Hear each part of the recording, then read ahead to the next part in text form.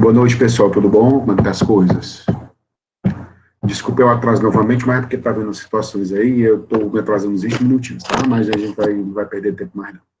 Pessoal, quem que tiver pergunta pode fazer, sim, para mim já estou gravando, tá certo? Então, só explicando de novo, porque os colegas estão em dúvida lá no grupo e em dúvida no torpedo. Eu vou mandar bem direitinho no intervalo, desculpa, não posso estar claro. Então, é o seguinte,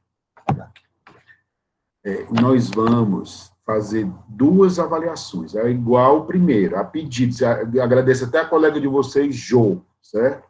Ela, juntamente ela, ou outra colega, Isabelle, ela fosse feito o trabalho, então nós vamos fazer o trabalho, certo? De que maneira? Já tem o trabalho lá, para vocês entregarem até semana que vem, dia 28, acho que é 28, né? 28, tanta data, mas depois vou confirmar no intervalo. Então, esse trabalho, vocês vão responder lá, analisando aquele processo que está lá, aquele processo virtual, aquelas perguntas que estão lá, certo? Vai valer 4 pontos. No dia 26, certo? Eu vou apresentar para vocês questões, igual que nós fizemos na V1, certo? Só que vocês vão ter um prazo menor. Eu vou deixar dia 20, isso aí a gente ajustou aqui numa aula, até gravada, né, Jô? Não sei se a Jô está aqui. É verdade, professor, é verdade. O Marcelo tá. Então, a gente ajustou que, em vez de ter a prova virtual, a gente ia reduzir o tempo. Então, nós vamos, dia 26, nós vamos colocar as questões de manhã, e aí vocês têm 26, 27 e 28 para entregar, certo? As questões resolvidas. Então, vai ser assim. Tá? Então, 6 pontos dessas questões são 6 questões, e 4 pontos no trabalho da análise do processo, tá bom? Então, vai ser assim. Eu tenho que, as notas da V2, a coordenação, até de 5 de junho, junho, e as notas da AV3 até dia 5 de julho, certo? Então, junho, AV2, julho, AV3. Então, nós vamos ter o mês de junho inteiro para a gente tem tempo suficiente para ver o quê? Todo o conteúdo da disciplina. O que não acontecia nos semestres anteriores, entendeu? É ruim, tem gente que não está adaptado. Eu também, no começo, tive dificuldade, né? Se não fosse os colegas me ajudando. Mas nós antecipamos, gente, é algo que vai ser o futuro, né? Algumas disciplinas vão ser dessa forma, né? Infelizmente, foi num momento complicado para todo mundo, está sendo difícil para todos nós, né? Para mim, para todo mundo, certo? Então, nós vamos fazer o quê? Isso aí para você. Fica a critério de cada um, todos vocês são adultos, entendeu? Eu não vou me preocupar se estão fazendo junto ou não, é individual a nota, né? Então, eu acho que num curso de direito, que a gente deve se preocupar menos é com a nota, tá entendendo? E se preocupar, sim, em se capacitar, porque o direito, eu vivencio isso, trabalho muito diariamente, então, assim, não é fácil, é o bonita, a gente precisa de dedicação, né? Então, eu não vou me preocupar se estão fazendo igual, se fizer, eu sempre fui um professor que eu nunca me preocupei se o aluno está ali fazendo junto, se não está, eu vejo que todos vocês são pessoas adultas, maduras, né? Estão no curso de Direito porque querem, tá? Ninguém está obrigado a estar no curso de Direito, então, assim, você tem à vontade, está lá, quem quiser fazer junto, a nota é individual, certo? Então, certo? O problema é de vocês, não é meu, né? Assim, até porque a minha parte, podem ter certeza, até o dia 5 de julho, todos os domingos a gente está se encontrando, pouca gente, é verdade, mas eu estou lá, todos os domingos, de 19 horas, eu estou resolvendo questão de concurso. Marcelo teve domingo, teve adoentado, mas quando retornou, né, Marcelo? Você teve domingo lá com a gente, certo? É verdade, professor, eu só não estava participando de todos os domingos, porque com problema de saúde que você teve, essa Covid, né? Então, meu Deus do céu. Pois é, mas você está bem, graças a Deus. Então, assim, os colegas, 19 anos eu estou indo, todos os domingos, nunca fiz isso, é a primeira vez, resolvendo questão de concurso atual, né, e questões que têm a ver com nossa disciplina. Tem alguém com o microfone ligado, sei quem é. Deixa eu ver. É o Marcelo desligou. Então, pode ligar o microfone na hora que quiser fazer pergunta. Então, gente, eu não estou aqui, certo? Natan, olha, o Natan agora está dando. Não, eu disse de moral corra nenhuma. Eu estou aqui sendo amigo de vocês, entendeu? Mas vamos para frente, que não tem nada a ver, né? Não é um momento de terapia, em grupo, né? É um momento de aula de TGP. Mas fica a pergunta, ou podem perguntar para mim, então, Pedro. Tem alguns colegas que estão em dificuldade ainda na nota da V1, eu vou resolver essa semana, certo? Não se preocupem, certo? Não fiquem estressados, não se preocupem. Podem me acionar no meu WhatsApp pessoal, no privado, se ficarem com vergonha de falar no grupo. Podem mandar torpedo, podem mandar e-mail. Portanto, vocês têm um trânsito livre comigo, certo? Não tem problema, não me constrange nem um pouco. E nem fico chateado em ter que responder vocês. Pelo contrário, eu acho bom. Eu estou tão claro, eu estou até mais branco. Vamos para frente. Tá bom por esse lado. Não que eu queira ser branco.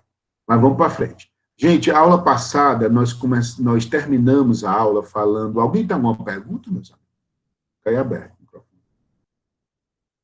Nós começamos a aula passada, terminamos, quer dizer, a aula passada, falando um pouco sobre o impedimento e a suspeição do juiz. Né? A gente falou que o juiz ele faz parte da relação jurídica processual, como sujeito processual.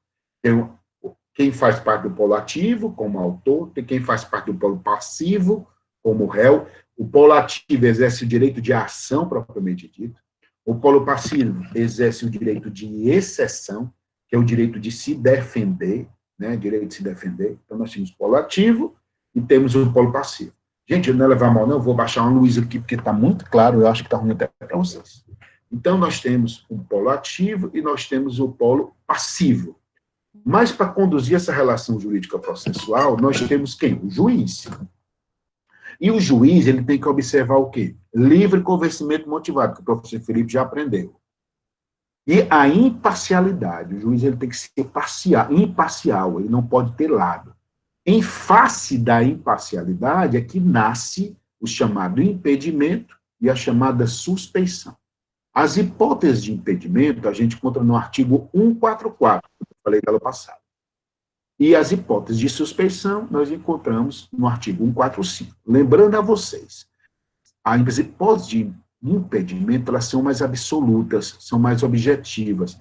Se elas ocorrerem, já induz uma quebra, uma violação à imparcialidade, certo? São as hipóteses do artigo 144, elas são mais graves.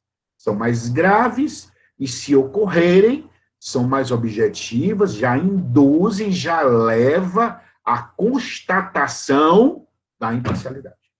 Já as hipóteses de suspeição, que estão no artigo 145, são as hipóteses de suspeição, professor Felipe, elas são o quê? Elas são subjetivas, elas precisam ser comprovadas, e, além disso, quando eu suscito como parte as hipóteses de suspeição, eu tenho que comprovar que houve prejuízo.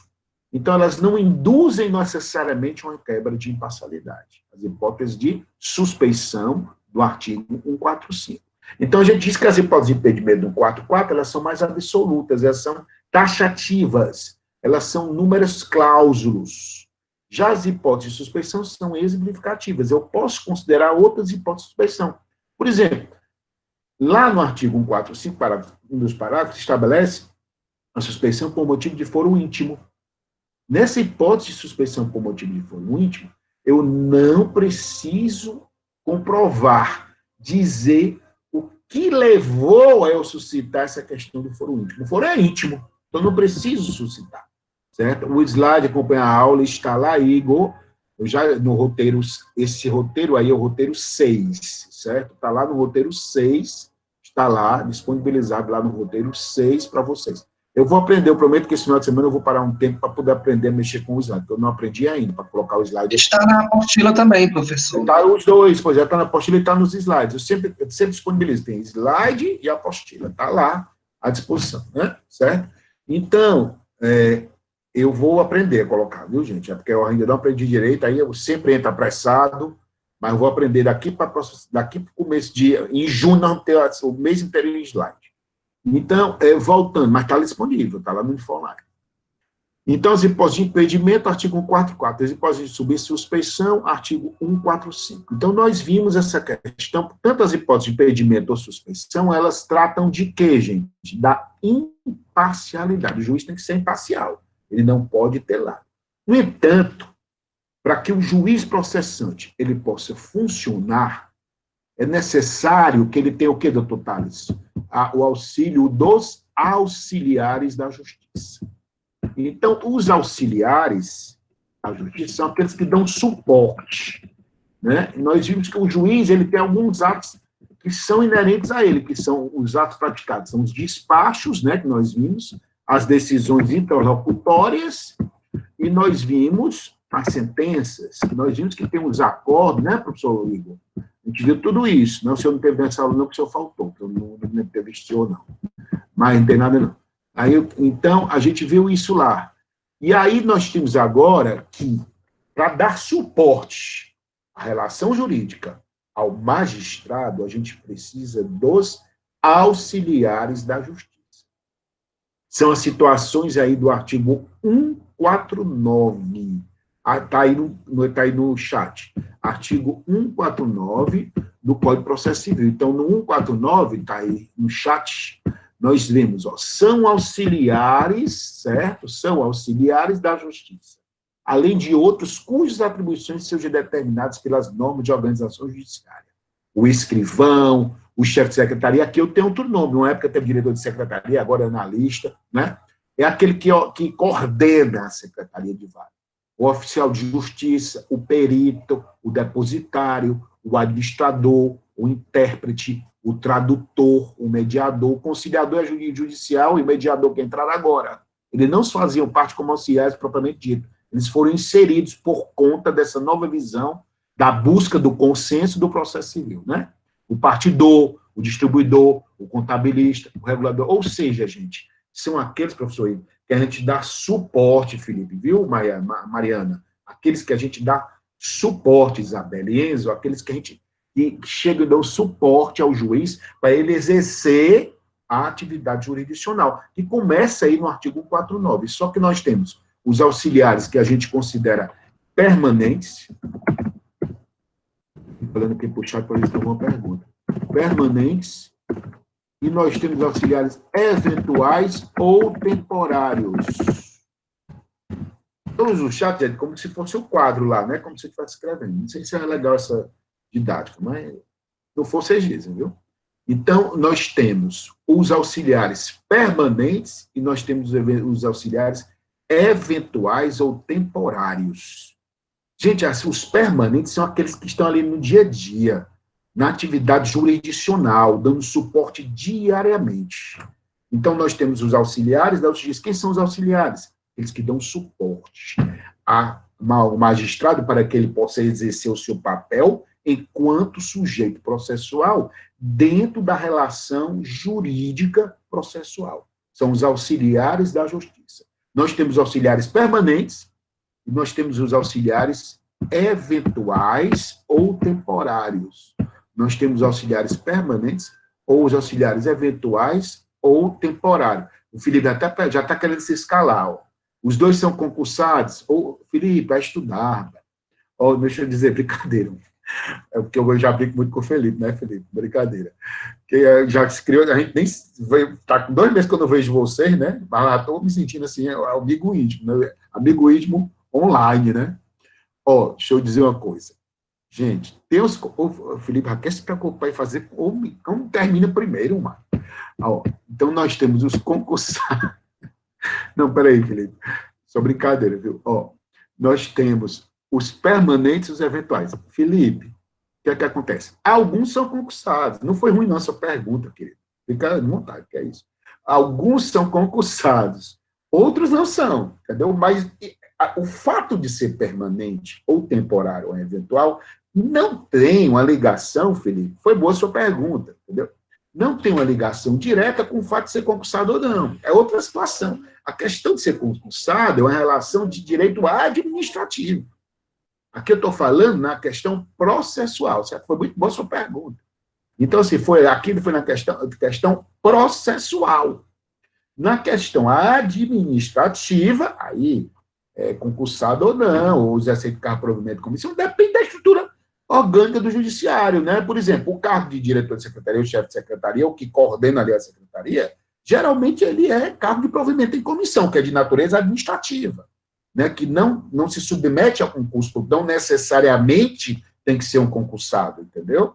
Então, o que é importante agora, que vocês entendam, Mariana, Enzo, Thales, Felipe, Marcelo, né? É importante que a gente entenda qual é a situação deles, o vínculo no que tange ao aspecto da relação jurídica processual, tá? Os 14 mil de uma vez é 14 mil que, homem? Ó, calma, rapaz, tá homem preocupado com dinheiro, rapaz, faz direito para poder ajudar o povo, rapaz. Então, assim, nós temos o quê? Nos permanentes, eu estou achando engraçado, Felipe, preocupadíssimo com quanto ganha. Os permanentes, depende, rapaz, vai fazer concurso para a STF, é melhor, né? Se meter em fazer para o tribunal daqui nada, porque ela ganha mais. Então, nós temos os eventuais e os permanentes. Gente, entenda, estou achando engraçado a preocupação dele com dinheiro. Olha. Nós temos os eventuais, Thales, e os permanentes. Entendo, essa classificação em relação à relação jurídica, agora vocês viram até minha língua aqui, não foi? A relação jurídica permanente, eles têm que estar todo dia lá, entendeu? Permanente é aquele que está permanente, que não são chamados esporadicamente para a relação jurídica. Os eventuais ou temporários são os auxiliares, Thales, que são chamados esporadicamente, entendeu? Já os permanentes, Mariana, são aqueles que estão lá no dia a dia. Por exemplo, o oficial de justiça está lá no dia a dia, o diretor-chefe de secretaria está lá no dia a dia, entendeu? Está lá no dia a dia forense, o analista judiciário, né? O estagiário aí, entendeu? Então, assim, tá lá no dia a dia. É permanente, entendeu? Quando depende, a relação jurídica depende deles. Alguém quer fazer alguma pergunta, gente? Professor, então, assim, os dois são concursados? Não necessariamente, o concurso é uma questão, entenda, de natureza administrativa. É um estudo no âmbito do direito administrativo, entendeu? Não é o nosso estudo. Essa classificação é na questão da relação jurídica processual, em relação ao processo, entendeu? Em relação ao processo, porque em relação à atividade jurisdicional, quer dizer. Em relação à atividade jurisdicional, como é que eles auxiliam? O permanente é aquele que está no dia a dia auxiliando o juiz, é o oficial de justiça, é o escrivão, o diretor de secretaria, porque no nosso tribunal aqui não tem. Professor. Então, é esse permanente. Aí, só para terminar. O temporário é aquele que é eventualmente, por exemplo, o perito. Não é todo processo que vai precisar do perito. Está entendendo? Por exemplo, o depositário. Não é todo processo que vai precisar do depositário, entendeu? Então, o conciliador mediador, hoje ele é permanente. Porque, por obrigação, no processo, no procedimento comum, eu tenho que ter a fase da conciliação e mediação. Desculpe, Felipe, pode perguntar. Nada, é só porque eu achei estranho o fato de ter um oficial de justiça temporário, como se, sei lá, pudesse, assim, não ter um oficial de justiça por um tempo. Aí eu fiquei pensando que talvez fosse para ter um oficial de justiça em interiores, por exemplo, onde algum servidor tem que fazer esse cargo. Mas se eu te dizer uma coisa, eu fui delegado numa cidade do interior chamada Oroz, lá não tinha oficial de justiça. Então o juiz dava um ad hoc, que era o quê? Era um terceirizado da prefeitura. Olha que loucura. Eu não tinha. Eita, professor, você fica longe, viu? Foi, rapaz, eu sofri, mano, tá por fora. Eu engordei por quê, ó? Comendo peixe. Entendeu? Peixe baião, de manhã e de noite. Tu queria que eu engordasse? Não. Peixe baião todo dia com Coca-Cola, né? Aí, meu filho, 28 quilos, mas tudo bem, não tem nada a ver. Não é nem terapia, você não precisa saber da minha vida, né? Ó, vamos para frente. Mas eu conto, só de mal. Ó, Filipinho, meu filho, para ficar claro, a Marianinha já está perturbadinha, ela. Ó, deixa eu te explicar uma coisa para você. A questão de ser concursado não é relevante para ela ser classificação dos auxiliares aqui, tá certo? Ela é relevante para a questão de direito administrativo. Dependendo da estrutura do Poder Judiciário, uns vão ser concursados ou não. O que é que eu quero que vocês entendam quem é o permanente? O permanente é aquele que está no dia a dia forense, é o oficial de justiça, é o diretor, o chefe de secretaria, o escrivão, dependendo, ou analista, é o técnico judiciário, é o conciliador, é o mediador, é o permanente, é aquele que a relação jurídica depende deles ali para dar um suporte, entendeu? A jurisdição, o Estado juiz, o Poder Judiciário, o magistrado, depende deles para dar um suporte. O eventual temporário, ele é chamado para dar um suporte de maneira temporária, esporádica, não é toda vez, por exemplo, não é todo processo que eu preciso de um perito. Não é todo processo que eu preciso de um depositário, entendeu? Uma pessoa que vem ali utilizar. Não é todo processo que eu preciso de um intérprete. Entendeu? É todo processo que eu preciso de um intérprete? Não. Entendeu? Então, assim, por isso que eles são temporários, por isso que eles são eventuais. O intérprete temporário, o perito é temporário ou eventual, entendeu? O depositário é temporário ou eventual, o avaliador é temporário ou eventual. Ou seja, são aqueles auxiliares que são chamados esporadicamente. Professor, depende de cada situação, então, né? E é isso, Marcelo, entendeu? Então, querido, depende da situação. O que é que nós temos que ter em mente? O auxiliar permanente é aquele que está lá todo dia. O diretor de secretaria tem que estar, o analista, né? O técnico judiciário, o oficial de justiça, são permanentes. Então, alguns são concursados, outros não, é para ser, né? Mas aí depende da estrutura administrativa de cada tribunal, de cada órgão do Poder Judiciário, tá certo? Então é isso, tá bom, gente? O permanente ou eventual, Felipe, é no que tange o auxílio que ele dá. Se o auxílio que ele der for permanente, diariamente, ele vai ser permanente. Se o auxílio que ele dá é eventual, por exemplo, o perito, nem todo processo eu preciso de perícia. O intérprete, todo processo eu preciso do intérprete? Não. Entendeu? Então, uma pessoa que deposite, que fica como depositário de um valor, eu tenho tanto processo? Não tenho. Então, quando for a participação esporádica, certo? Quando houver uma necessidade, ele é temporário ou permanente, ou eventual, quer dizer. Quando a participação desse auxiliar ela é direta, ela depende do funcionamento da máquina ali dele, ele vai ser permanente, entendeu, gente? Então, auxiliares permanentes, auxiliares eventuais. Nós temos os dois. Auxiliares permanentes, auxiliares eventuais, tá bom? Aí nós temos peritos, nós temos intérpretes, tudo isso aí, os eventuais. Então, o que importa para a TGP é isso. Vocês vão se aprofundar quando for estudar as provas, vocês vão estudar qual é o papel do perito, né? Quando for estudar a parte das provas, que não é estudo aqui.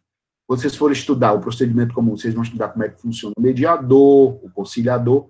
Para o nosso estudo aqui, eu tenho que só fazer essa classificação entre auxiliares de justiça, permanentes e eventuais, tá bom? Vamos para frente. E agora, nós vamos entrar num tema muito relevante, que é as chamadas funções essenciais à justiça. Eu estou seguindo o programa, certo? O programa de PGP. Funções essenciais à justiça, certo? Funções essenciais à justiça. Está lá na apostila e está no slides, no roteiro dos slides 6, né? Também no 6, tá? Ok, Igor?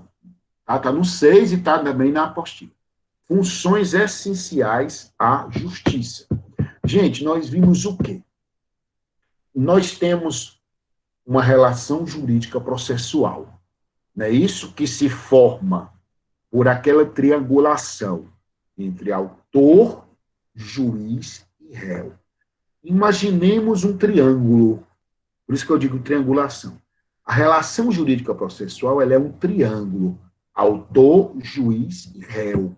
Por isso que diz que é uma triangulação. Se faz uma triangulação entre autor, juiz e réu. Objetivando o quê, gente? Resolver um objeto. Como é que a gente forma essa relação jurídica? Com a provocação do direito subjetivo de ação. Com o direito subjetivo de ação, eu tenho que ter o quê? Os elementos da ação, não é não, Thales? Os elementos da ação, eu tenho as partes, eu tenho a causa de pedir, eu tenho um pedido. Para que essa ação possa prosseguir, eu tenho que ter o quê? As condições da ação. Quais são as condições da ação? Interesse e legitimidade, lá do artigo 17 do Código de Processo Civil. Quando se exercita o direito subjetivo, ele vai exercitar perante a quem? O Estado juiz. Quem é que representa o Estado juiz? O juiz, o magistrado. O representante do Poder Judiciário, o desembargador, o ministro do STJ, o ministro Supremo. Ou seja, que representa o Estado juiz. Então, quando eu exercito o meu direito subjetivo de ação, eu exercito para onde? Para o Estado juiz. O Estado juiz, ele faz uma triangulação, ele devolve para a parte contrária, para o polo passivo, para que o polo passivo exercite o quê, doutor Felipe? O direito de exceção, o direito de se defender. Através de qual peça processual? Geralmente a contestação. Então, se forma aí uma relação jurídica processual. O que se vai resolver nessa triangulação? Um objeto. Então, eu tenho sujeitos, que é o autor, juiz e réu, e eu tenho para resolver um objeto. Né?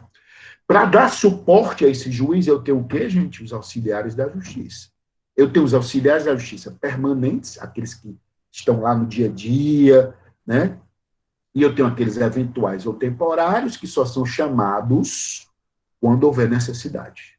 No entanto, para que essa triangulação ela possa ocorrer, meus amigos, eu tenho a presença das chamadas funções essenciais da justiça. Então, eu tenho um magistrado, tenho as partes e eu tenho as funções essenciais, que eles não são sujeitos processuais, eles vão influenciar no desenvolvimento da relação jurídica processual. As funções essenciais da justiça, eles vão influenciar no desenvolvimento dessa relação jurídica processual. Quais são as funções essenciais? Ministério Público, que ganha dinheiro, viu, gente? Ó, não negócio de liseiro, não. Ministério Público.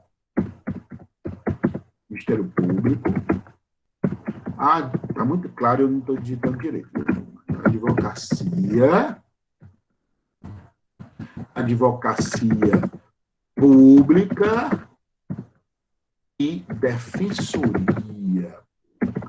Todo mundo quer ser defensor agora, né? Antigamente não engarrava dinheiro porque ninguém queria. Agora todo mundo quer.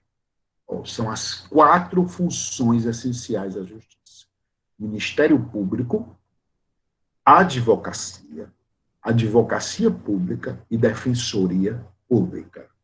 Entendam, eles não são, em regra, eles não são sujeitos processuais. Quem são sujeitos processuais? Autor, juiz e réu.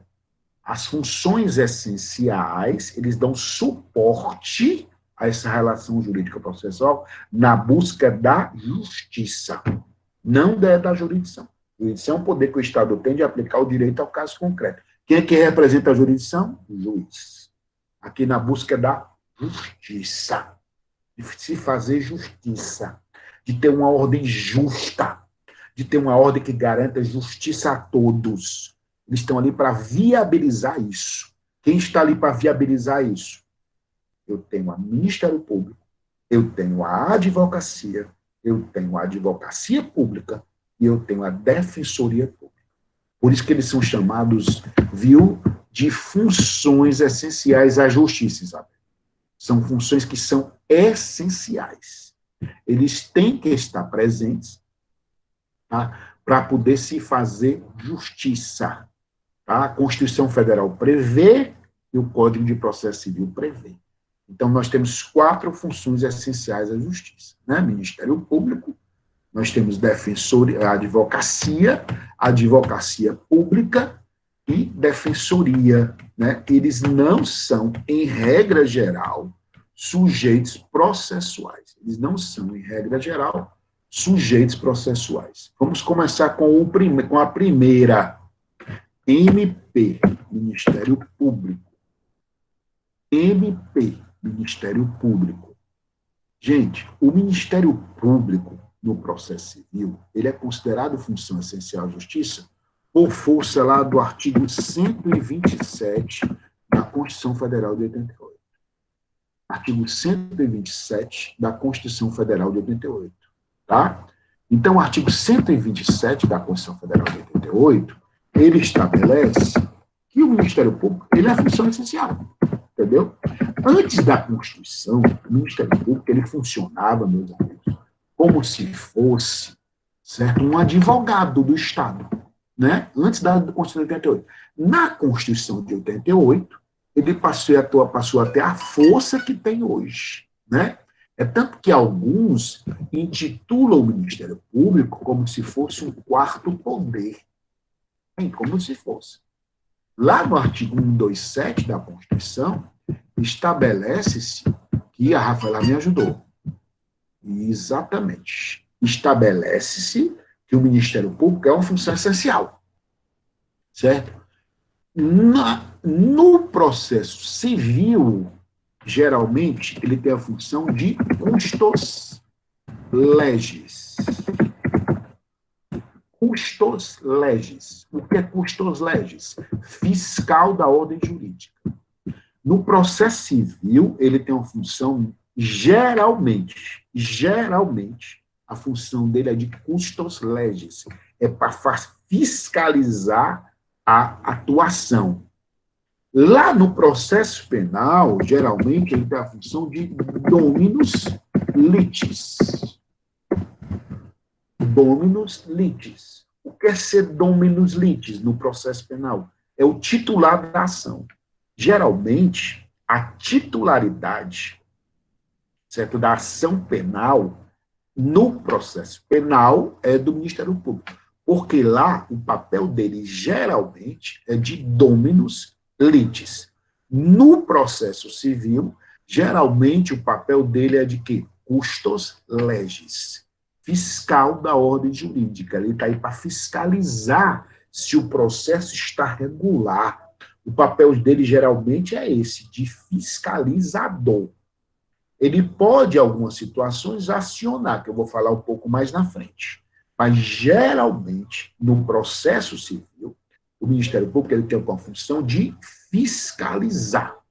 Certo? Então, por isso que ele é chamado, tá, de custos legis. No processo penal, geralmente ele tem o nome de dominus litis. Peraí, o ex está perguntando, o Ministério Público só atua em ação de interesse? Não. Uma pergunta do ex que é interessante.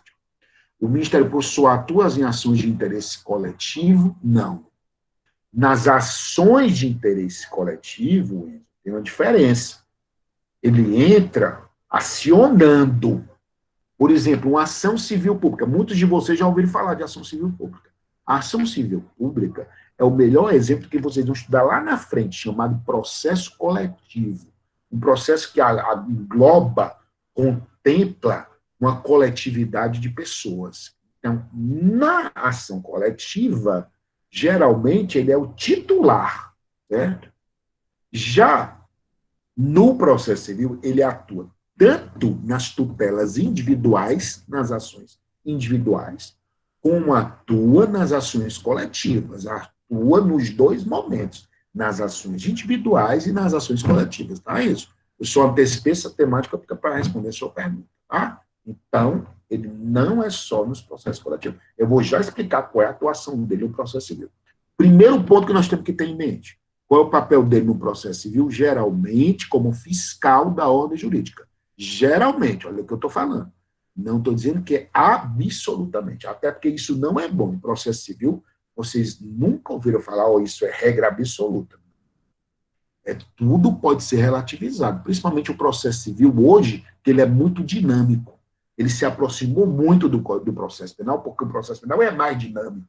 Então, ele teve que se aproximar ao processo penal para dar um dinamismo maior, né? Então, o Ministério Público, no processo civil, geralmente, ele é fiscal da ordem jurídica, é custos legis, tá? E eu queria logo fazer um destaque, gente, pela Constituição Federal, tá, que a Priscila, a Rafaela colocou aí, certo? Artigo 127, parágrafo 1º. O parágrafo 1º, repetir qual é o papel no processo penal. A Priscila está pedindo para repetir no processo penal. Priscila, no processo penal, geralmente, ele é dominus litis, titular da ação penal. Por quê? Lá, quando você for estudar processo penal, tá, a regra é que a ação penal é pública. E o titular, geralmente, da ação penal pública, quem é? O Ministério Público. Entendeu? Por isso que ele é dominus litis. Geralmente, há grande diferença entre os dois. Geralmente, no processo penal, ele é dominus litis. No processo civil, ele é custos legis, ele é fiscal da ordem jurídica, ele é o fiscal da aplicação correta da lei, ele é o fiscal da aplicação correta da norma. Por isso que se diz custos legis, fiscal da ordem jurídica, fiscal da retidão da aplicação do direito, da correção da aplicação do direito. Já no processo penal, ele é dominus litis. Ele é o titular da ação penal, ele titulariza, porque geralmente no processo penal, a ação penal é pública. E quem é o titular?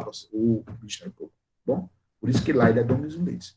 Lá no artigo 127, gente, parágrafo 1º, que a minha amiga Rafa, minha assessora para assuntos de Google Meet, né? Ela é a outra assessora, não está aqui hoje, que é a Vailma. Parágrafo 1º, que a minha amiga Rafaela já colocou, diz assim, ó, são princípios institucionais do Ministério Público. Unidade. Aqui é extremamente relevante, viu? Unidade. Indivisibilidade. E independência funcional. Se quiser pedir o microfone para fazer pergunta, pode pedir, viu, gente? Não tem problema não. Pode ser no chat e pôr o microfone. Então, ó, tem 3 princípios institucionais que esse material, viu, o professor Ito sempre pergunta, está lá no roteiro 6, viu, Igor? Nos slides e nem na apostila. Então, tem 3 princípios institucionais: unidade, indivisibilidade e independência funcional. Certo? Gente, isso aqui ele rege a atuação do Ministério Público. Na magistratura não tem isso. Isso aqui foi inserido na Constituição de 88 para dar uma força, para fortalecer o papel do Ministério Público. Deu uma força muito grande. Por isso que está aí a força do Ministério Público hoje. Desde 88, antes deles, não tinha esses princípios institucionais. Então, são princípios que vão nortear a atuação do Ministério Público. Voltando. O Ministério Público, ele exerce 2 papéis relevantes. No processo civil, geralmente o papel relevante dele é de custos legis, fiscal da ordem jurídica. No processo penal, geralmente ele é o dominus litis, ele é o titular da ação penal pública. No processo civil, custos legis. No processo penal, dominus litis. Já a Constituição Federal, ela estabelece o Ministério Público como função essencial à justiça. Não é sujeito processual. Ele está ali para tentar contribuir na busca da justiça. Para que ele busque contribuir com a justiça, ele faz uso de 3 princípios constitucionais: a unidade, a indivisibilidade e a independência funcional. Gente, o Ministério Público, ele é uno, ele é um só. O Ministério Público, ele é um só. Só que teve uma subdivisão para questões meramente administrativas, entendeu? Para questões meramente administrativas, ele ocorreu uma subdivisão, que a gente encontra aqui no artigo 128, né? Acho que a Rafaela já colocou. A Rafaela é menina, ou assessora aqui do grupo. Vai lá, Rafa. Colocou já? Ela foi tomar água. Ó, artigo 128, certo? Gente, o Ministério Público tem 3 princípios institucionais. Quais são? Unidade, indivisibilidade e independência funcional. Quando ele atua no processo como custos legis, ele é uno, ele é indivisível e ele tem independência. Certo? Só que eu já abro um parêntese. O Ministério Público, ele é um só. No entanto, para a questão de facilitar o trabalho, houve uma subdivisão de tarefas, uma subdivisão de atribuições. O Ministério Público, ele não tem competência. Gente, eu não estou dizendo que o Ministério Público é incompetente. Entenda, a competência que eu estou falando é a delimitação da jurisdição. O que se delimita pela competência? A jurisdição. Então, a jurisdição, ela tem a delimitação que se chama competência. O Ministério Público, ele não tem a competência lá, que é a delimitação da jurisdição. Ele tem o quê? Ele tem a atribuição institucional. Então, houve uma subdivisão de atribuições institucionais. O Ministério Público, segundo o artigo 128 da Constituição, ele é dividido em Ministério Público da União e Ministério Público dos Estados. O Ministério Público da União, artigo 128, professor, eu tenho o quê? Ministério Público Federal, viu, Thales? Eu tenho o Ministério Público do Trabalho, viu, Priscila? Eu tenho o Ministério Público Militar. E eu tenho o Ministério Público do Distrito Federal e Territórios.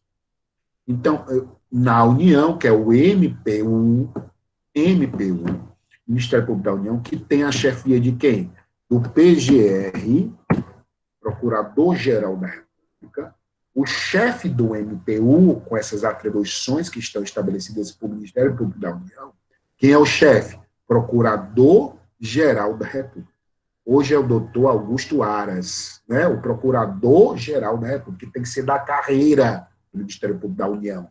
Para ser Procurador-Geral da República, tem que ser da carreira de Ministério Público da União. Olha aí, Filipão, aí ganha dinheiro, viu? O Ministério Público da União é o chefe, é o Procurador-Geral da República.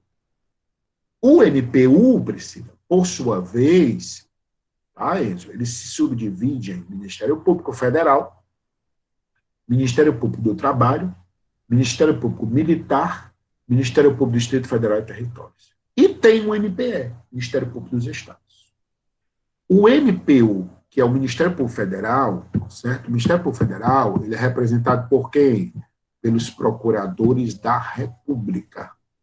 Calma, tem eleitoral também. Calma, meu irmão Felipe hoje só está pensando em dinheiro. Olha aí, perguntando eleitoral. Tem calma. Eu vou já explicar do eleitoral, tem calma.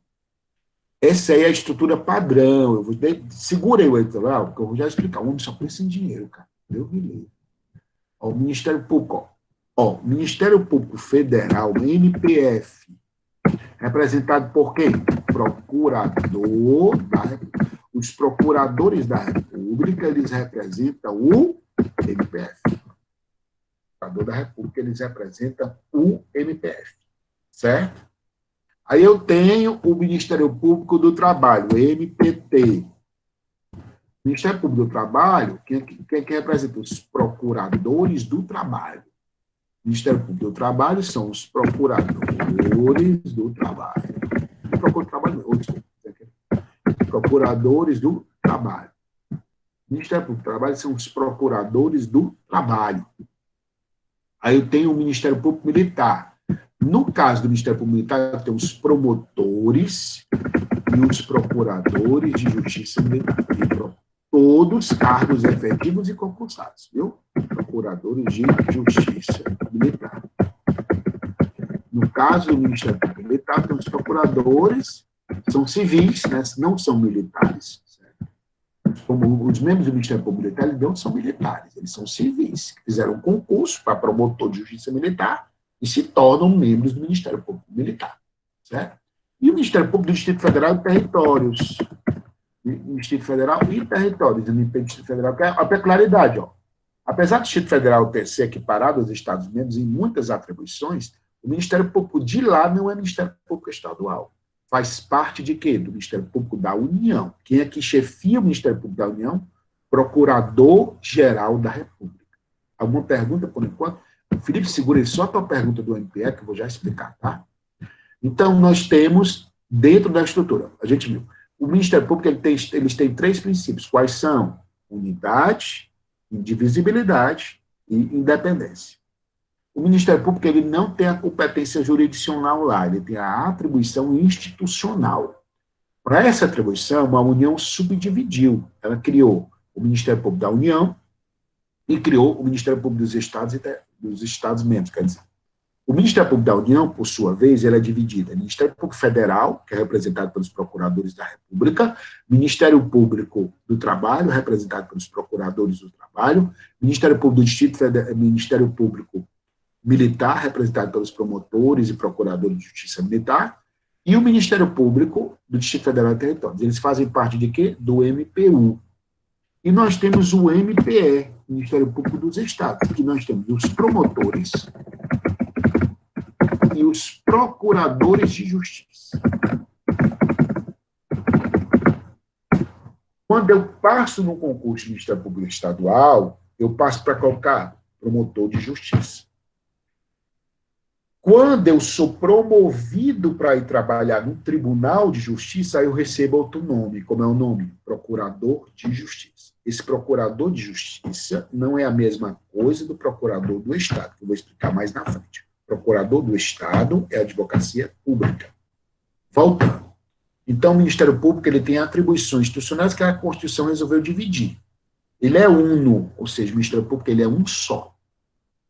Só que, por questão de trabalho, de atividade, a Constituição resolveu dividir, certo? Dividiu o Ministério Público da União e dividiu o Ministério Público dos Estados.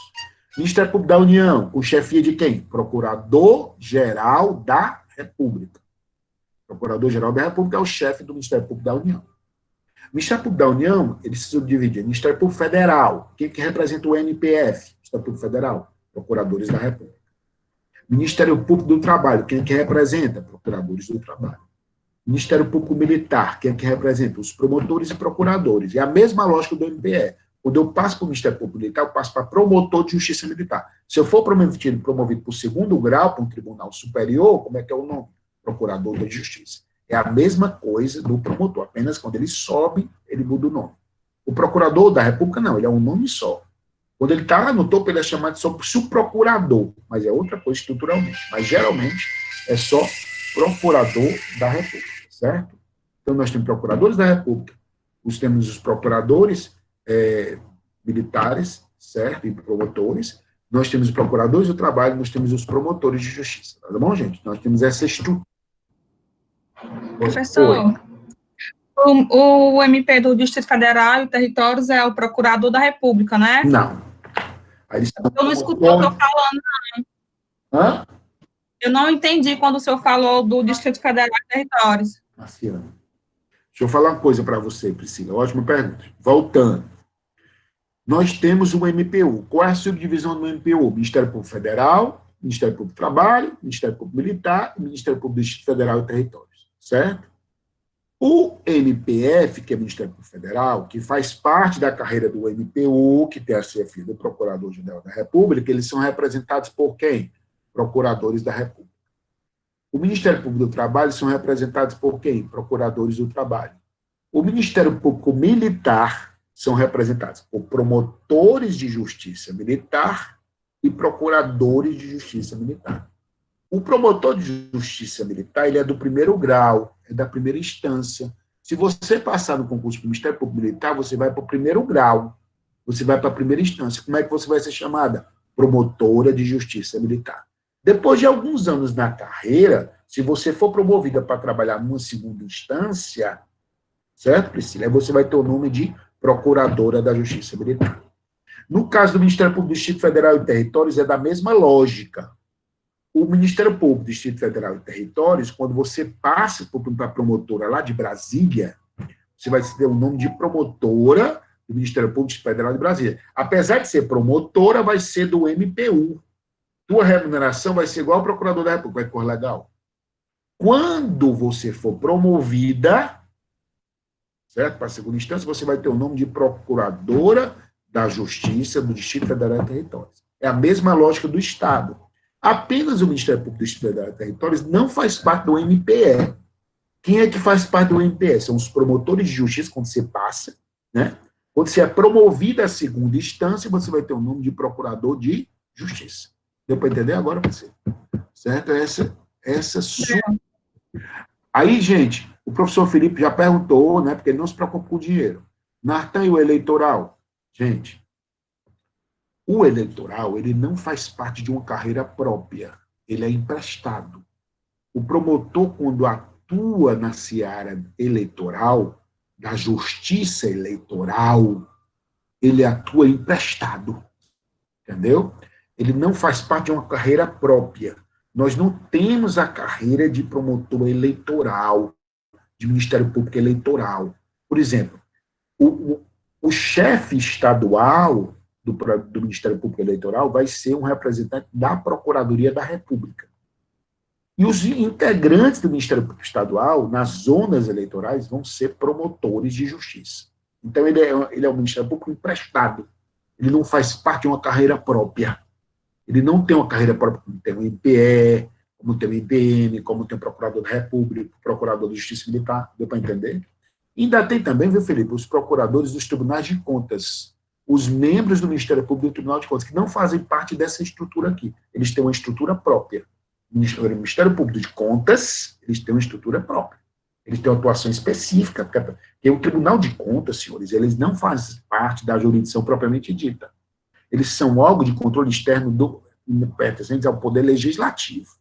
Então, o Tribunal de Contas não é jurisdição essa aqui. Eles exercem o papel jurisdicional, porque julgam, né, mas é um julgamento de natureza administrativa, no que tange a controle. Então, são vinculados ao Poder Legislativo, do controle externo do Poder Legislativo, né, fazer parte disso. Então, o Ministério Público Eleitoral, ele é emprestado. Ele não faz parte da estrutura, certo? O Diego está falando. Os de Corte de Contas, gente, eles auxiliam, eles dão suporte ao Poder Legislativo. Né? Então, nós temos o MPU e temos o MPR, né? Dentro desses princípios institucionais, indivisibilidade, independência e unidade. Então, voltando, Ministério Público Processo Civil, geralmente é custos leis, no processo penal é dominus litis. O que o Ministério Público é? Função essencial à justiça. Não é sujeito processual. Nós temos a classificação do MPU, a divisão de atribuições entre MPU e MPR. Quem é que faz parte da carreira do MPU, Ministério Público da União, com a chefia do Procurador-Geral da República? Nós temos o Ministério Público Federal, que são os procuradores da República. Nós temos o Ministério Público do Trabalho, que são os procuradores do trabalho. Nós temos o Ministério Público Militar, que são os promotores e procuradores de justiça militar. Nós temos o Ministério Público do Distrito Federal e Territórios, que são os promotores e procuradores de justiça do Distrito Federal e Territórios. E nós temos o MPE, promotor, Ministério Público Estadual. No Ministério Público Estadual, nós temos os promotores e os procuradores de justiça do Ministério Público Estadual. E o eleitoral? Nós não temos uma carreira de Ministério Público Eleitoral. Os promotores e procuradores que atuam na justiça eleitoral, na jurisdição eleitoral, eles são emprestados. O chefe estadual vai ser o integrante da Procuradoria da República, ou seja, do MPF. Já os membros do Ministério Público nas zonas eleitorais são oriundos do Ministério Público Estadual, são promotores de justiça. Eles dão gratificação e atuam nessa parte da jurisdição eleitoral. E nós temos os Ministério Público de Corte de Contas. Os tribunais de contas, eles não são essa jurisdição que nós estamos estudando aqui, eles fazem parte de uma jurisdição de natureza administrativa específica, para controlar, para fiscalizar a atuação dos agentes públicos. Né? Então, eles têm um Tribunal de Contas, tem um Ministério Público de Contas com um papel específico. Eles não fazem parte dessa estrutura aqui. Tá bom, gente? Então, isso foi o início do Ministério Público. Na próxima aula, a gente vai estudar sobre os princípios, que eu não vou começar agora porque são complexos, então não adianta eu começar que eu não vou conseguir terminar, porque 8h40 eu já começo a aula do CD. Mas está tranquilo, nós estamos dentro do que nós prevíamos, está entendendo? Para o nosso sistema aqui de estudo. Está muito tranquilo, então estamos vendo isso com muita calma, entendeu? Não tem pressa, nós vamos ter tempo de ver tudo isso até o final de junho. Então, podem ficar muito tranquilos. Alguém tem alguma pergunta, meus amigos? Se alguém tiver alguma pergunta, pode ficar à vontade. Se não, gente, boa noite. Desculpa aí entrar, às vezes, 20 minutos de atraso, mas foi necessário. Tá? Qual concurso para o cargo? Queria concurso para o cargo do Natan, tá certo. E aí é bom que tu queria também fazer o que eu faço, né? Trabalhando 10, 14 horas por dia, mas faz parte. Gente, um abraço grande, viu? Boa noite. Desculpa as brincadeiras de todos. A gente brinca, sabe por quê? A Nery na prova, viu?